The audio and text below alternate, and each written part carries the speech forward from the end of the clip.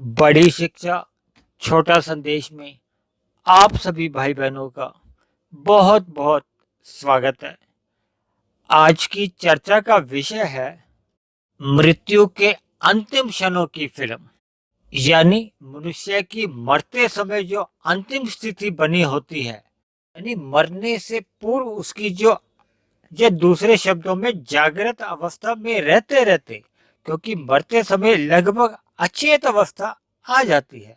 देखिए, हम जितने भी विषय लेते हैं, भले ही पढ़ने में भौतिक लगते हैं या कभी कभी हमें भय भी लगता है, विशेष रूप से जब जब हमारे वीडियोस का कोई नाम मृत्यु से होता है तो अक्सर लोग सुनने से थोड़े भयभीत रहते हैं। देखिए, मेरा तो उद्देश्य ही ये होता है कि विषय जैसा भी हो, एक साधारण मनुष्य को परमात्मा का ज्ञान मिले, यानी मनुष्य जीवन की एक महत्ता का समझ में आए। देखिए, हम सबको मनुष्य जीवन मिला हुआ है, हमें मनुष्य जीवन की महत्व नहीं मालूम, यानी उसका कितना महत्व है उसको हम समझ नहीं पाते। इसीलिए देखिए, मैं अलग अलग विषयों से परमात्मा का ज्ञान देने का प्रयत्न करता हूं, ताकि हम अपने जीवन में कुछ सुधार लाएं। देखिए, हमारा जीवन हर क्षण छोटा होता जा रहा है, अर्थात हमारा जीवन छोटा होने का मतलब है कि हम हर क्षण मृत्यु के करीब ही जाते जा रहे हैं, क्योंकि जन्म के साथ ही हम एक प्रारब्ध लेके आते हैं जिसमें जातीय आयु और भोग होता है। यानी कि आयु का मतलब हम एक निश्चित सांसें लेकर आए हैं, वो सांसें जैसे ही समाप्त हो जाती है, कोई भी निमित्त मात्र कारण बनता है और हमारी मृत्यु हो जाती है। तो मृत्यु के साथ ही मनुष्य जीवन का जो हमारा एक अवसर है, देखिए, मनुष्य जीवन का अवसर इसलिए कहा जाता है कि मनुष्य से नीचे की जोनियों में और मनुष्य से ऊपर की जोनियों में उनके द्वारा किए गए कर्म लिखे नहीं जाते, या उनके द्वारा कोई परमात्मा को पाने के लिए कोई साधना नहीं हो सकती। केवल और केवल मनुष्य योनि में ही हमारे आपके द्वारा किए गए जितने भी कर्म हैं सकाम भाव से वो लिखे जाते हैं, भले ही वो पाप कर्म है चाहे वो पुण्य कर्म है, दोनों ही प्रकार के कर्म लिखे जाते हैं।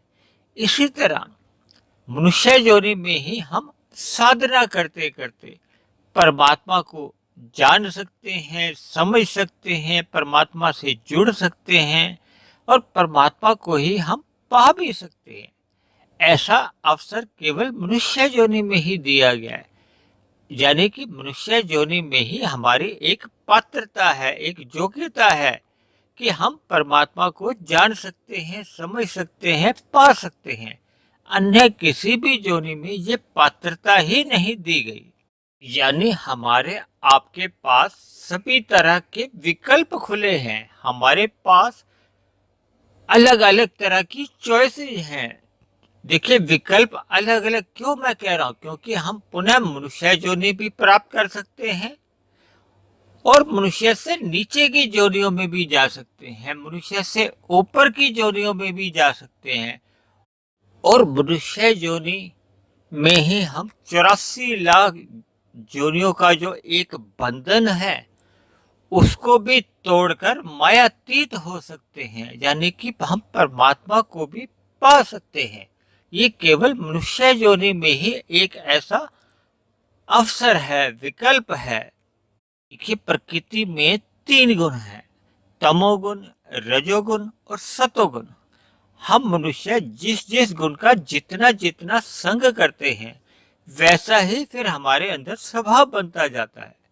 जब मनुष्य के अंदर सतोगुणी संस्कार अधिक बनते हैं तो हमारे द्वारा पुण्य कर्म अधिक होने लगते हैं।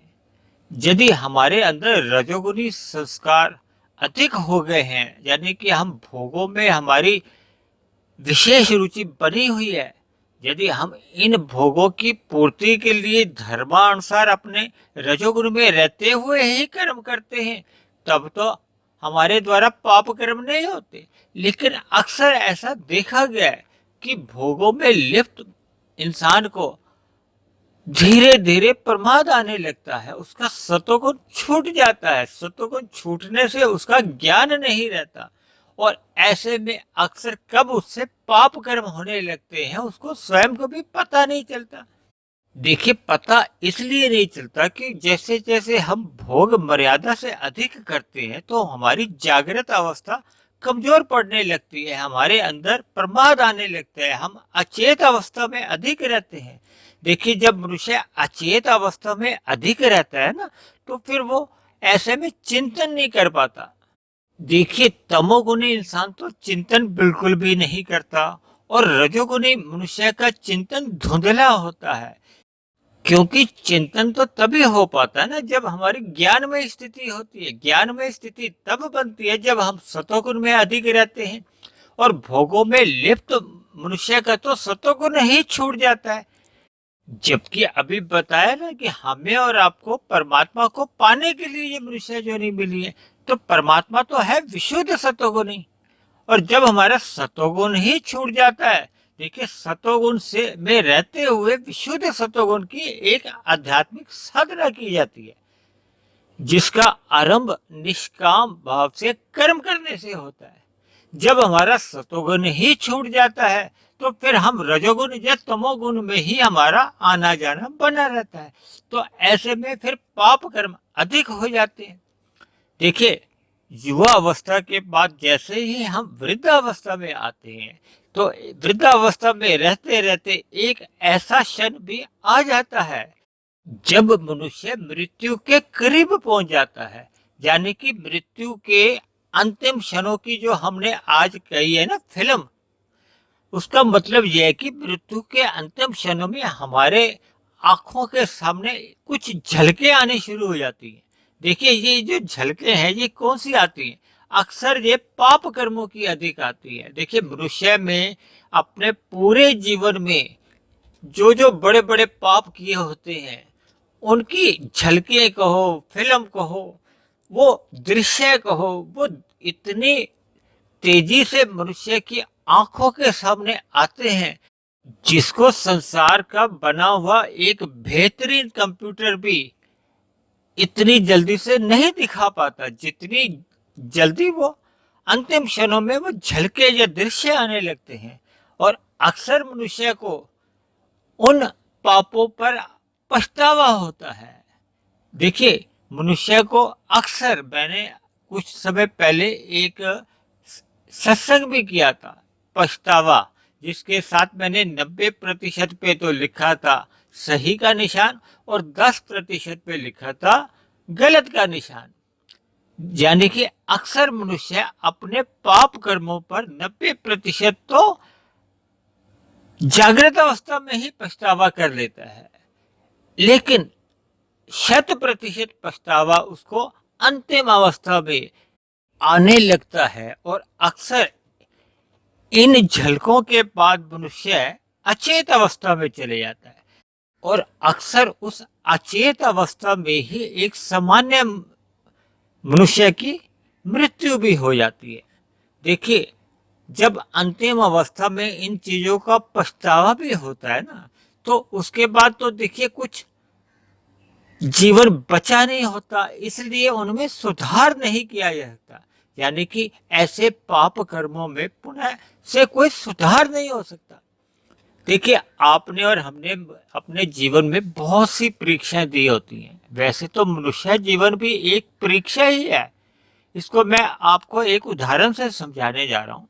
जैसे आप किसी परीक्षा में बैठे हो, 3 घंटे का पेपर है, लगभग 2 घंटे 50-55 मिनट बीत चुके हैं, अंतिम के 3, 4, 5 मिनट बचे हैं। आप अगर कुछ उसमें सुधार भी लाना चाहो, यानी कि जो आप प्रश्न उत्तर लिख चुके थे उनमें कुछ उत्तरों में सुधार भी लाना चाहो, तो इतना समय बचता नहीं है। इसी तरह देखिए हमारा जीवन भी अंतिम दौर पे उसके बाद कुछ उसमें सुधार करने का हमारी सांसें बचती नहीं है कि हम अपने जीवन में कुछ सुधार कर सके।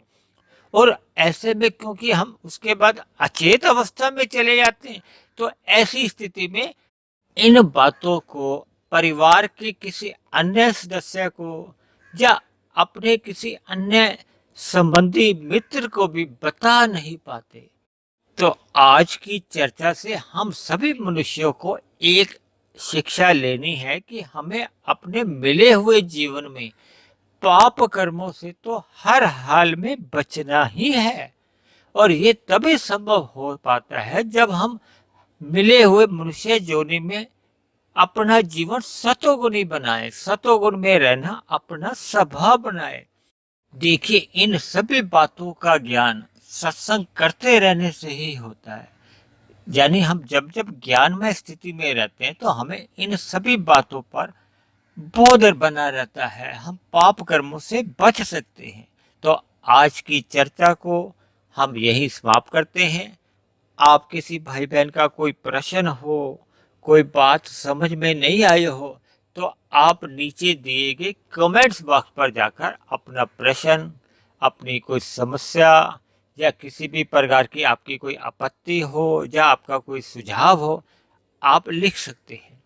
दूसरी बात, जब भी आपको मेरे बने हुए वीडियो अच्छे लगते हो, पसंद आते हो, आपके ज्ञान में वृद्धि होती हो, आपके जीवन में कुछ सुधार आने लगा हो, तो आपसे मेरी विनती है कि आप मेरे इस ज्ञानात्मक चैनल को स्वयं भी सब्सक्राइब करें व इसी स्वभाव वाले सतोगुणी मनुष्य को भी प्रेरित करें, ताकि ज्ञान रूपी प्रकाश समाज में अधिक से अधिक फैलता जाए। तो कल फिर मिलते हैं एक नए विषय को लेकर, एक नए संदेश के साथ।